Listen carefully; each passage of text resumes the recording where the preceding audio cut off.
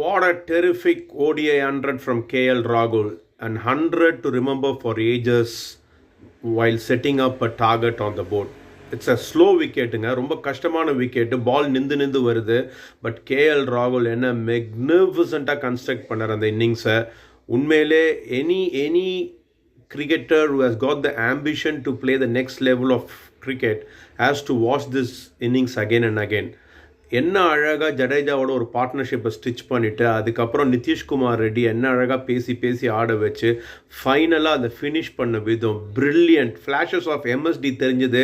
But KL ராகுல் such a valuable அசட்டுங்க நம்ம Indian cricket டீமில்.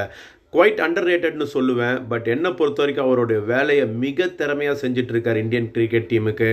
என்னை பொறுத்த வரைக்கும் இந்த 100 will be remembered as one of the best ODI 100s while setting up a target on the board னு சொல்லலாம். சூப்பர் 100.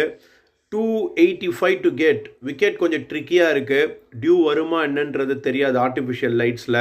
பட் என்னை பொறுத்த வரைக்கும் குல்தீப் யாதவும் ஜடேஜாவும் ஸ்லோவாக எனிவேர் க்ளோஸ் டு 85 to 87 அந்த ஏர் ஸ்பீட்லேயும் ஸ்லோவாக போட்டாங்கன்னா they can create lot of problems for the பேட்டர்ஸுங்க. என்னை பொறுத்த வரைக்கும் 285 is a target which can be defended on the surface நினைக்கிறேன்.